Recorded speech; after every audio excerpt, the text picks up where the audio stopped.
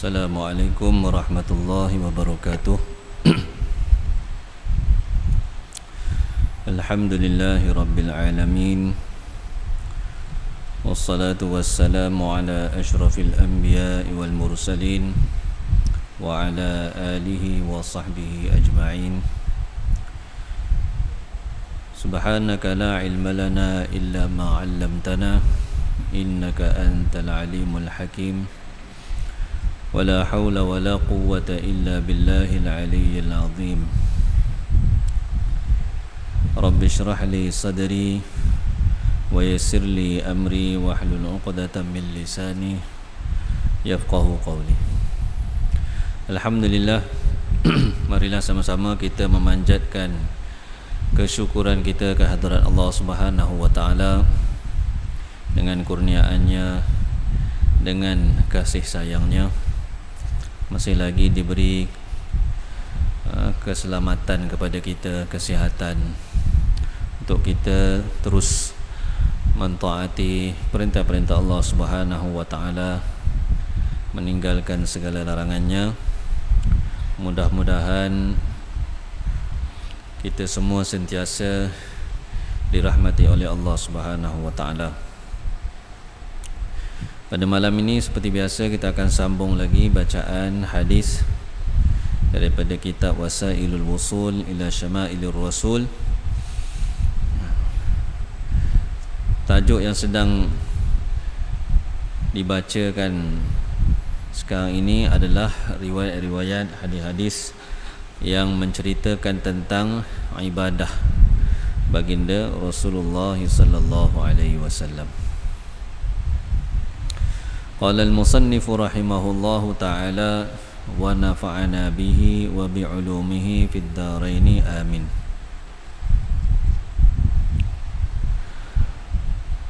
Wa 'an ibni Abbas radhiyallahu ta'ala anhuma annahu bata 'inda Maimunata ummil mu'minina wa hiya khalatuhu radhiyallahu ta'ala anha qala فاضطجعت في عرض الوسادة واضطجع رسول الله صلى الله عليه وسلم في طولها فنام رسول الله صلى الله عليه وسلم حتى إذا انتصف الليل أو قبله بقليل أو بعده بقليل فاستيقظ رسول الله صلى الله عليه وسلم فجعل يمسح النوم عن وجهه ثم قرأ العشر الآيات الخواتيم من سورة آل عمران أي التي أولها إن في خلق السماوات والأرض إلى آخر السورة ثم قام إلى شن معلق فتوضأ منها فأحسن الوضوء ثم قام يصلي.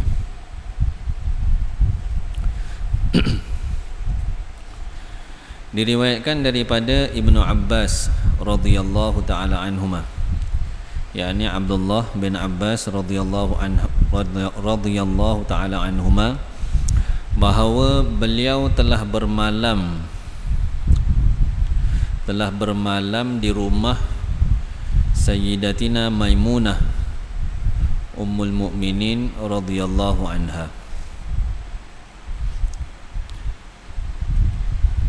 Sayyidatuna Maimunah radhiyallahu anha antara isteri Rasulullah sallallahu alaihi wasallam. Lepas tu macam mana Abdullah bin Abbas boleh bermalam di rumah beliau? Wa hiya khalatuhu. Sayyidatina Maimunah radhiyallahu anha ni adalah mak saudara beliau, ibu saudara beliau, yakni adik-beradik dengan ibu Sayyidina Abdullah bin Abbas radhiyallahu anhu.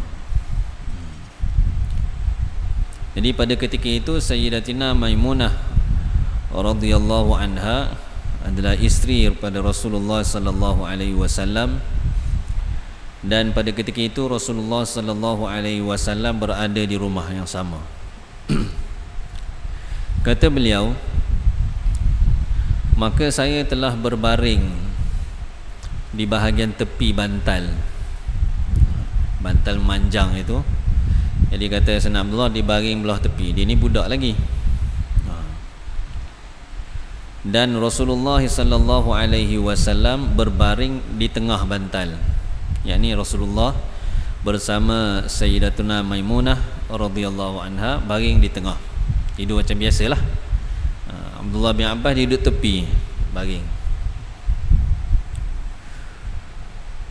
Maka Rasulullah sallallahu alaihi wasallam telah tidur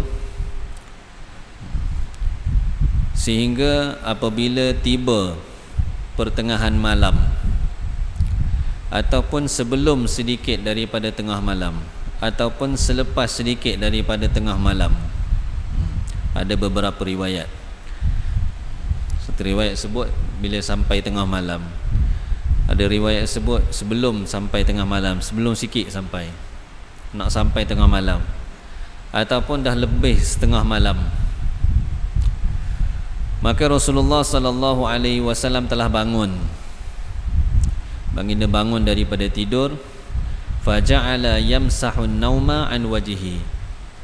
Lalu baginda Rasulullah sallallahu alaihi wasallam mula menyapu mengantuk daripada wajah baginda. Sapu mengantuk tu maksudnya dia sapu muka. Biasa kita bangun tidur kita genyeh mata tu kan. Ini antara sunnah. Yang ni kita bangun tidur tu kita gosok muka kita supaya mengantuk tu hilang. Gosok mata. Yang ni kesan-kesan tidur. Bila kita bangun tu masih lagi ada kesan-kesan mengantuk. Jadi kita pun kita gosok muka kita, gosok mata kita supaya kesan mengantuk tu lebih cepat hilang.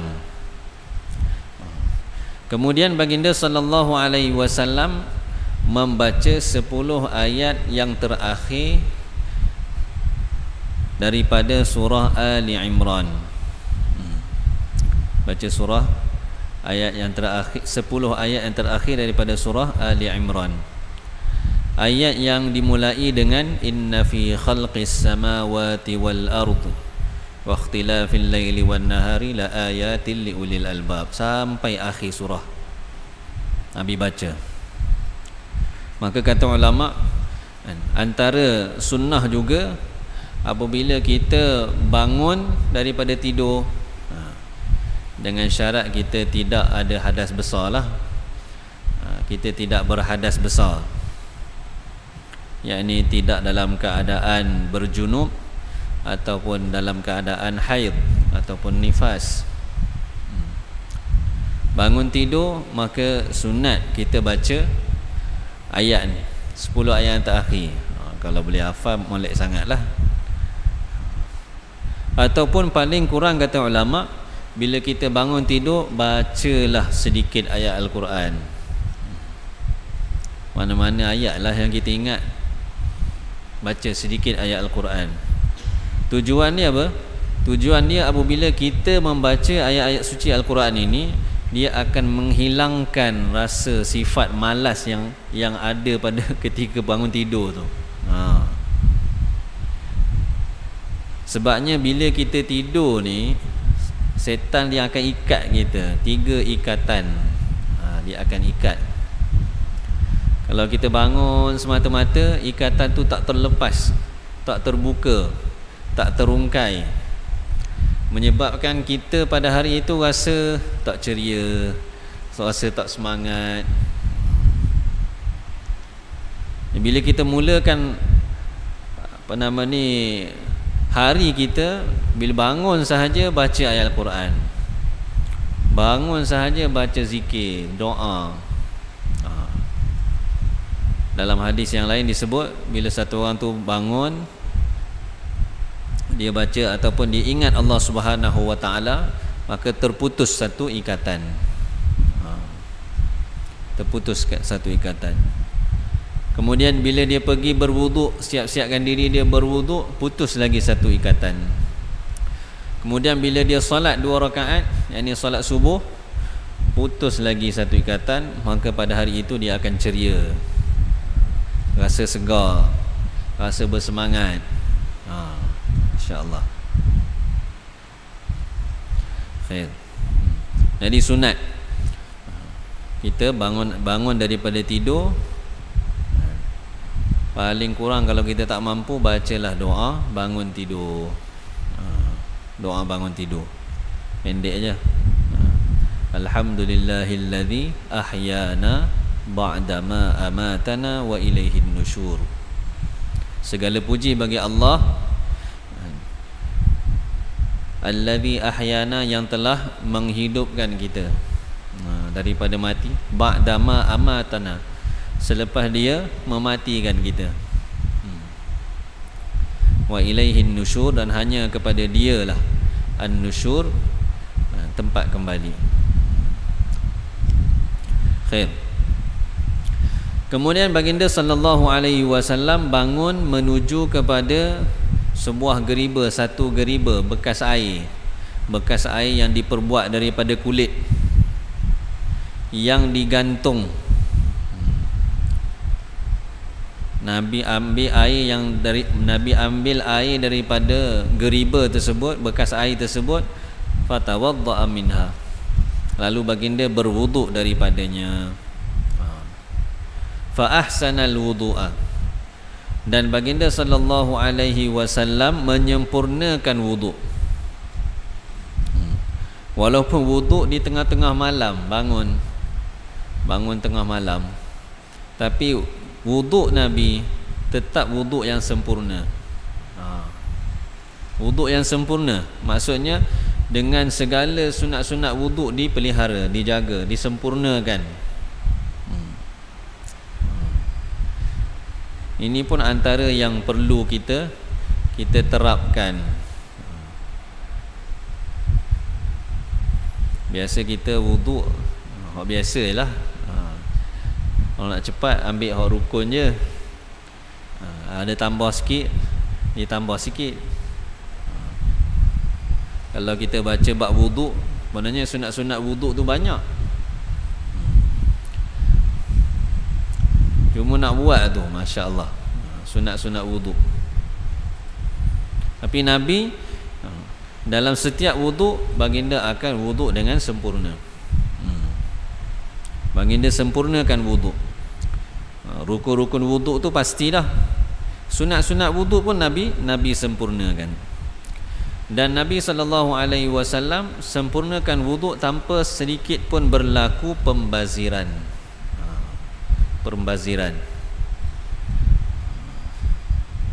Yang tu pun kena belajar juga, macam mana supaya dalam kita menggunakan air untuk berwuduk tidak berlaku pembaziran. Kena macam kita sekarang ni, buka kepala payah. Buka kan, buka pula hak besar sekali, puas. Muka air halu rasa lambat nak siap, muka besar sekali. Jadi ketika kita membasuh anggota wuduk kita, dia terbuka je gitu. Maka perlulah kita belajar juga macam bagaimana untuk kita meminimalkan penggunaan air ketika berwuduk, dalam masa yang sama wuduk kita sempurna, insya-Allah. Summa qama yusalli, kemudian baginda sallallahu alaihi wasallam bangun menunaikan salat. Qala Abdullah bin Abbas faqumtu ila janbihi. Sayyidina Abdullah bin Abbas radhiyallahu anhuma berkata, maka saya telah berdiri di sebelah baginda. Bila dia nampak Nabi semayang, maka dia pun buat persiapan semayang. Nabi semayang sunat ni, dia pun berdiri sebelah Nabi. Dan dia berdiri ini, posisi berdiri dia di sebelah kiri, berdiri di sebelah kiri Nabi. Wa wada'a Rasulullah sallallahu alaihi wasallam yadahu al-yumna ala ra'sihi. Maka Rasulullah sallallahu alaihi wasallam telah meletakkan tangan kanan baginda di atas kepalaku. thumma akhadha bi udhuni al-yumna fa fatalaha. Kemudian baginda memegang telinga kananku, lalu baginda menariknya. Nabi tarik. Wa fi riwayatin, dalam satu riwayat, fa akhadha bi udhuni, baginda sallallahu alaihi wasallam telah memegang telingaku, fa adarani an yaminihi, dan baginda telah mengalihkan aku ke sebelah kanan baginda. Ini Nabi sallallahu alaihi wasallam ajar kalau solat berjemaah ada dua orang, seorang imam, seorang makmum. Makmum lelaki lah. Maka kaifiat ataupun kedudukan posisi makmum yang afdal ialah dia berdiri di sebelah kanan imam. Ini posisi yang afdal. Sekiranya tempat ada ruang untuk salat, boleh berdiri, maka afdalnya berdiri di sebelah kanan. Sebab tu Nabi tarik Sayyidina Abdullah bin Abbas berdiri sebelah kiri, Nabi pusingkan dia duduk pergi sebelah kanan.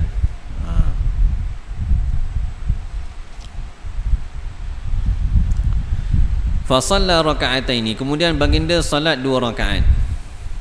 Thumma raka'ataini, kemudian 2 rakaat lagi. Thumma raka'ataini, kemudian 2 rakaat lagi.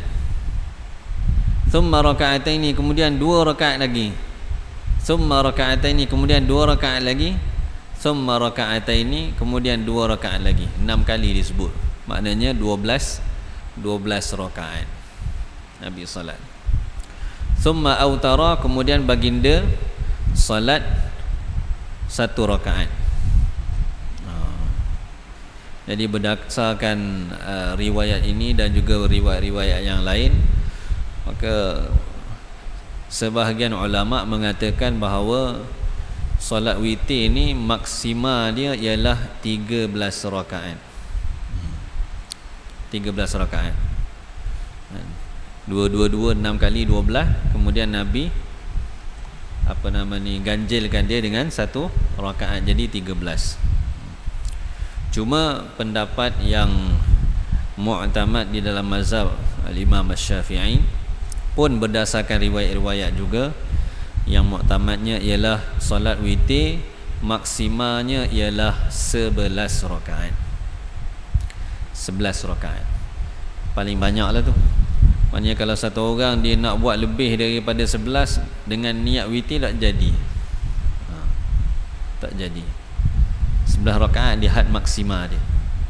Walaupun ada sebahagian ulama mereka kata, dalam mazhab Syafi'i pun ada yang pendapat yang kata 13, pendapat tak kuat lah.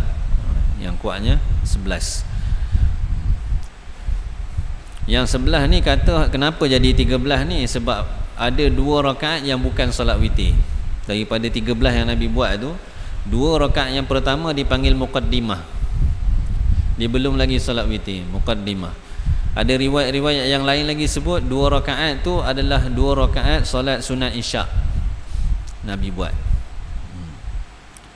Jadi berdasarkan itu, maka yang mu'tamad dalam mazhab Syafi'i dan disebut dalam semua kitab-kitab fiqh adalah 11 rakaat, had maksima dia. Dan solat witir ni dia boleh minima 1 rakaat. Minima 1 rakaat. Dan solat witir ni kita boleh nak, dari segi kaifiatnya, boleh nak buat 11 rakaat 1 salam pun boleh, ataupun kita nak buat 2 2 2 1 pun boleh. Cuma yang afdal ialah dipisahkan 2 rakaat 1 salam, 2 rakaat 1 salam sampailah habis. Ini yang afdal. Khair. Summa taja'a hatta ja'ahu al-muadzinu. Kemudian baginda sallallahu alaihi wasallam berbaring. Ini baginda sallallahu alaihi wasallam tidur semula sebelum subuh, sehinggalah muadzin datang kepada baginda. Muadzin ni Sayyidina Bilal radhiyallahu anhu datang kejut Nabi, bagi tahu bahawa waktu subuh dah masuk. Waktu waktu subuh dah masuk. Kalau zaman dulu waktu subuh masuk dengan melihat langit lah. Fajar Sadiq dipanggil. Dia pada waktu pagi sebelum daripada subuh akan ada dua cahaya di langit. Satu dipanggil Fajar Kadhib, satu lagi dipanggil Fajar Sadiq. Dan kedua-dua cahaya ni boleh dilihat di langit sekiranya kawasan tersebut bebas daripada gangguan cahaya yang lain. Ada lampu, memang tempat gelap. Kalau dalam yang biasa saya ikuti Persatuan Falak Selangor, biasa dia buat di kawasan Banting, nama tempat dia Bukit Jugra, tempat atas bukit.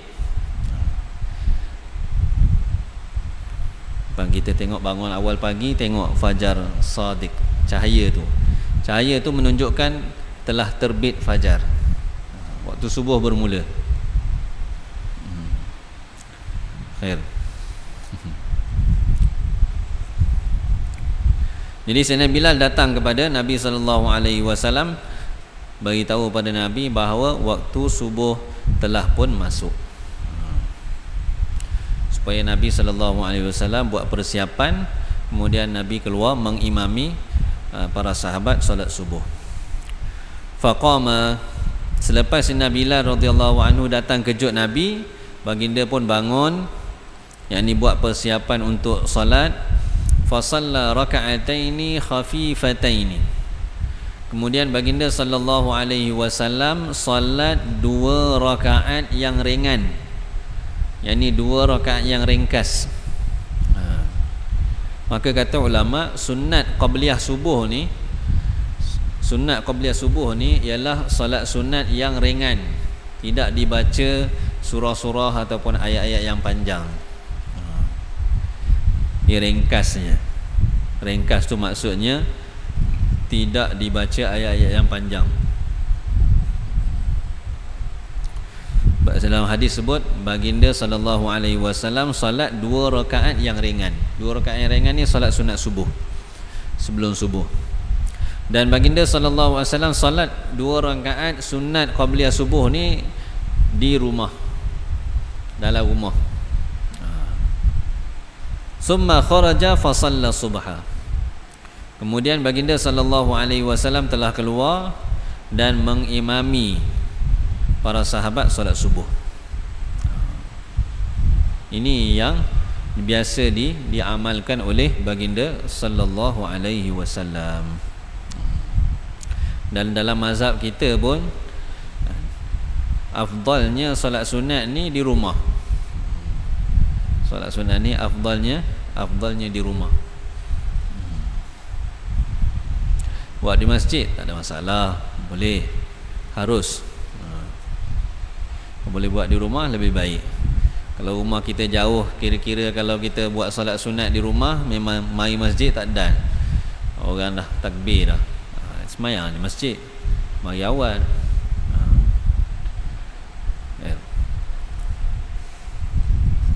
Wa fi sahih an Anas radhiyallahu anhu anna Rasulullah sallallahu alaihi wasallam kana yatawaddau 'inda kulli salatin. Dalam kitab Sahih Bukhari ada riwayat daripada Sayyidina Anas radhiyallahu anhu bahawa Rasulullah sallallahu alaihi wasallam akan berwudu pada setiap kali solat. Ini pun antara sunnah, setiap kali solat berwudu. Dalam syarah hadis ni disebut walaupun baginda sallallahu alaihi wasallam masih lagi ada wudu, yakni tidak berhadas, untuk setiap kali solat Nabi wudu yang baru. Dan berlaku juga, ada juga riwayat daripada sahabat yang beritahu bahawa Nabi sallallahu alaihi wasallam ada juga solat dengan satu wudu. Maknanya solat yang banyak guna satu wuduk. Kalau dapat buat gitu, baguslah. Maknanya setiap kali solat kita berwuduk. Khususnya kalau kita nak solat banyak lah, 2 rakaat, 2 rakaat, 2 rakaat, nampak macam cerewet sikit tak? Tapi itulah yang Nabi SAW buat. Ini antara sifat ibadat Rasulullah. Wa ani ibn Abbas aidan qala kana an-nabiy sallallahu alaihi wasallam yusalli min al-laili 13 raka'atan. Diriwayatkan daripada Sayyidina Abdullah bin Abbas radhiyallahu anhuma, katanya adalah Nabi sallallahu alaihi wasallam salat pada waktu malam 13 rakaat. Ini pun antara dalil ulama yang pegang bahawa maksima salat witir 13 rakaat.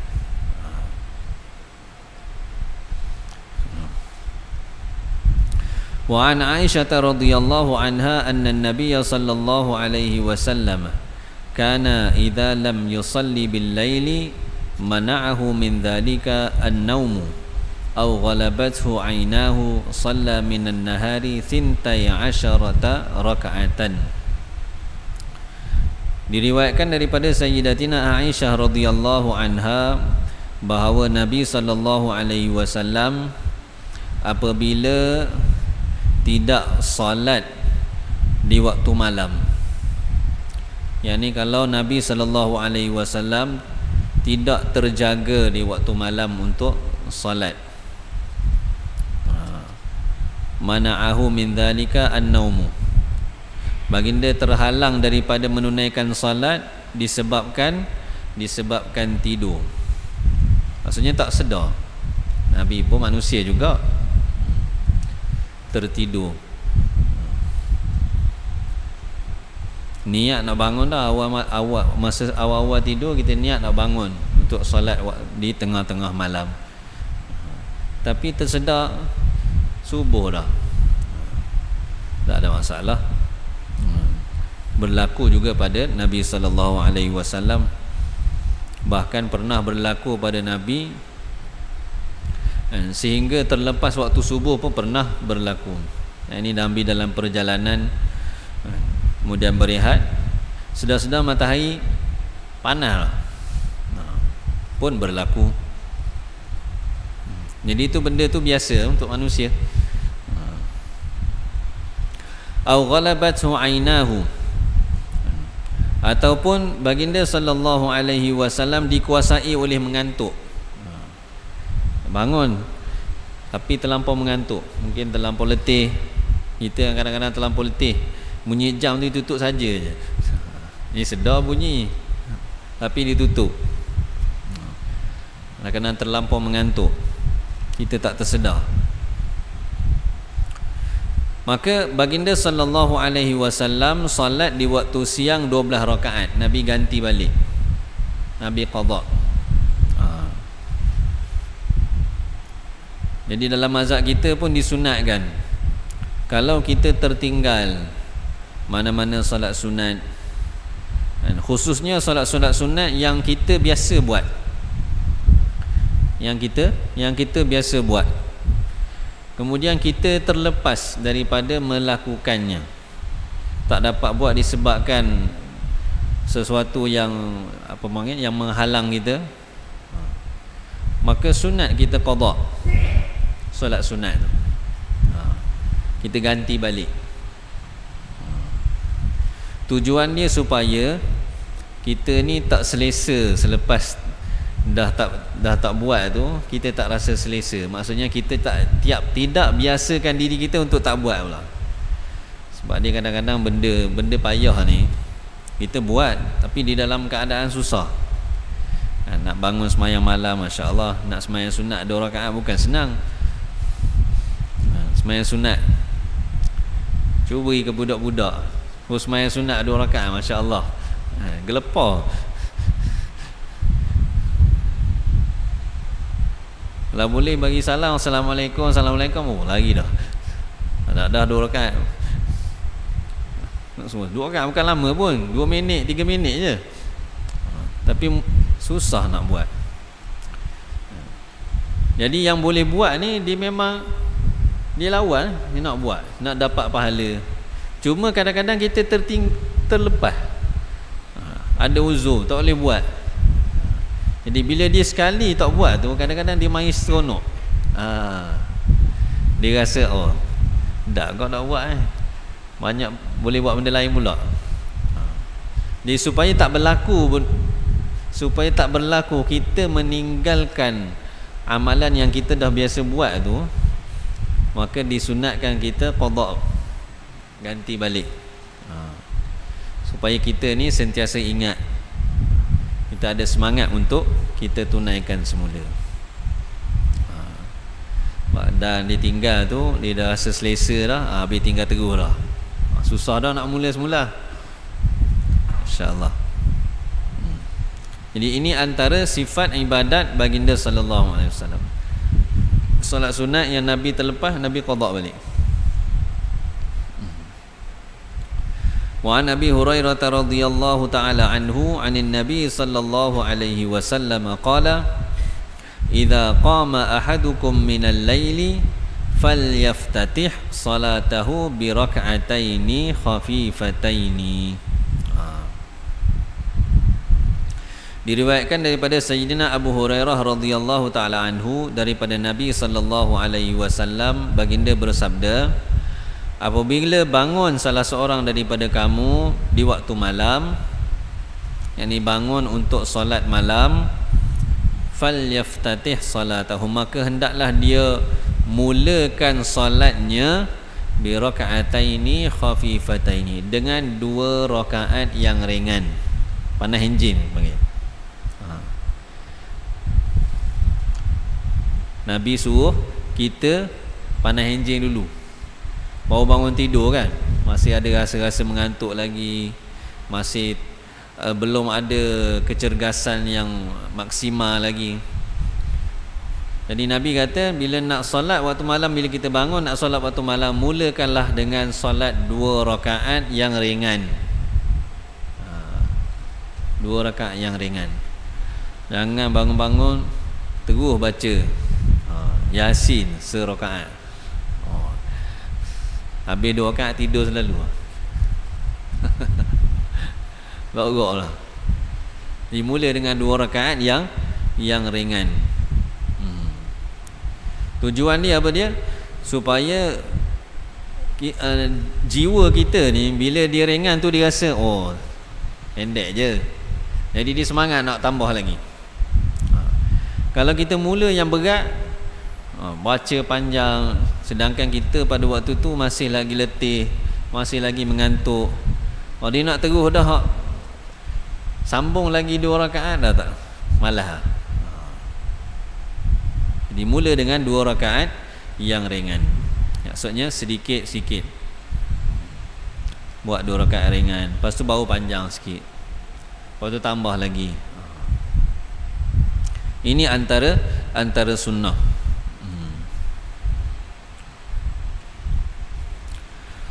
Wa an Zaid bin Khalid al-Juhani radhiyallahu ta'ala anhu annahu qala la armuqanna salata Rasulillah sallallahu alaihi wasallam fatawassattu atabatahu aw fustatahu wa shalla Rasulullah sallallahu alaihi wasallam rak'ataini khafifataini thumma shalla rak'ataini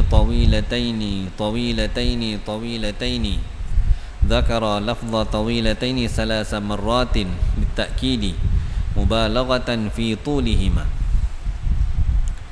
ثم صلى ركعتين وهما دون اللتين قبلهما ثم صلى ركعتين وهما دون اللتين قبلهما ثم صلى ركعتين وهما دون اللتين قبلهما ثم صلى ركعتين وهما دون اللتين قبلهما ثم أوتر فذلك 13 ركعة. Diriwayatkan daripada Sayyidina Zaid bin Khalid al-Juhani radhiyallahu ta'ala anhu bahawa beliau berkata, Jadi kata Sayyidina Zaid ni adalah dia ni sungguh-sungguh nak tengok macam mana Nabi semayang pada waktu malam, nak belajar. Dia kata saya pasti akan melihat dengan bersungguh-sungguh, dengan penuh perhatian kepada solat Rasulullah sallallahu alaihi wasallam. Dia kata saya nak tengok ni betul-betul.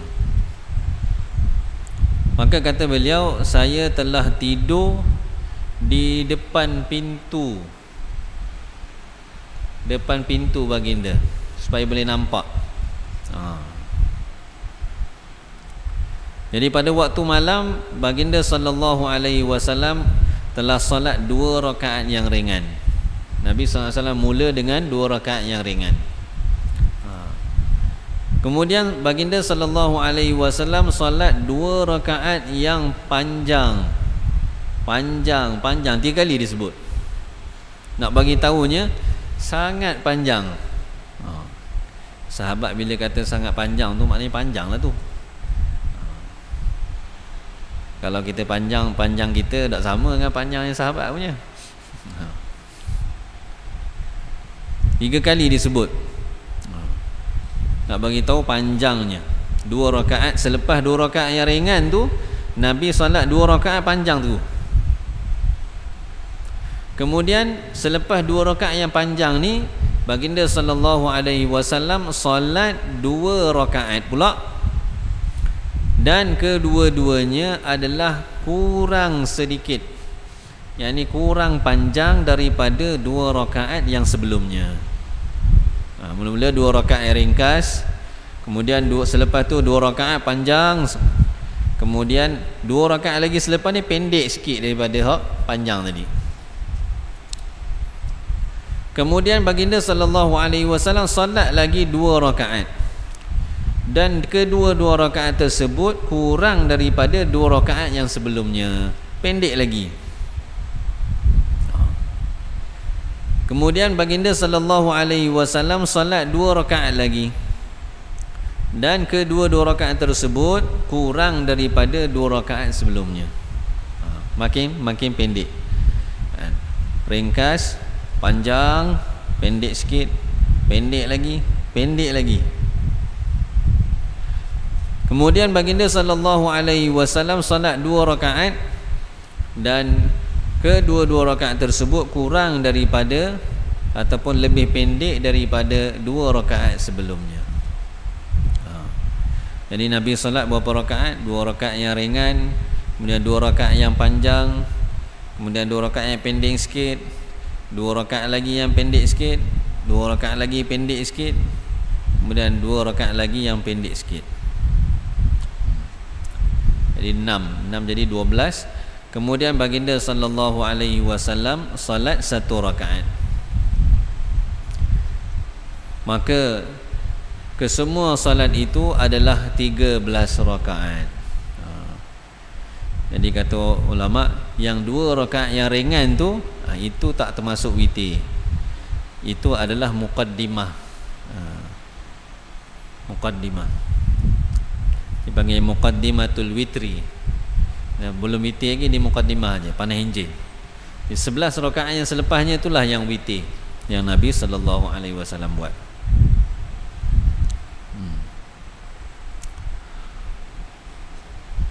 Solat witir ni dalam mazhab kita, dalam mazhab Syafi'i, antara solat yang muakkad, antara solat sunat yang muakkadah. Ada dalam mazhab lain, contohnya dalam mazhab Imam Abu Hanifah rahmatullahi alaih, solat witir ni wajib. Solat witir wajib. Dan ada hadis yang sebut Nabi kata solat witir ni wajib. Cuma kita dalam mazhab Syafi'i kita ada hadis yang lain lagi, hadis yang lain yang menunjukkan bahawa solat witir ni tidak wajib. Tidak wajib. Jadi sebab tu kita dalam mazhab kita solat witir ni sunat, antara sunat muakkadah. Kalau dari segi turutan solat yang afdal, solat sunat yang paling afdal, yang pertama sekali sunat hari raya. Ini yang paling afdal, paling afdal. Kemudian diturun lagi solat sunat gerhana bulan matahari. Kemudian minta hujan. Selepas tu baru witir. Maksudnya antara solat-solat sunat yang mempunyai kedudukan yang kelebihan yang besar ditunaikan. Dalam hadis-hadis pun Nabi kata, kalau siapa mampu buat kalau siapa mampu bangun di akhir malam, maka hendaklah dia lewatkan solat tu ketika selepas dia bangun tidur. Siapa tak mampu, maka buatlah sebelum tidur. Sunat witir. Dah masuk waktu lah. Masuk waktu dah. Khair. Wallahu a'lam. Semoga Allah Subhanahu wa taala kurniakan kepada kita kekuatan dengan apa yang disampaikan pada malam ini, sama-sama dapat kita jadikan pedoman untuk kita amalkan dalam kehidupan kita dan kita sampaikan kepada saudara-saudara kita yang lain, insya-Allah. Subhanakallahumma wa bihamdika asyhadu an la ilaha illa anta astaghfiruka wa atubu ilaik. Subhana rabbika rabbil izzati amma yasifun wa salamun alal mursalin walhamdulillahi rabbil alamin.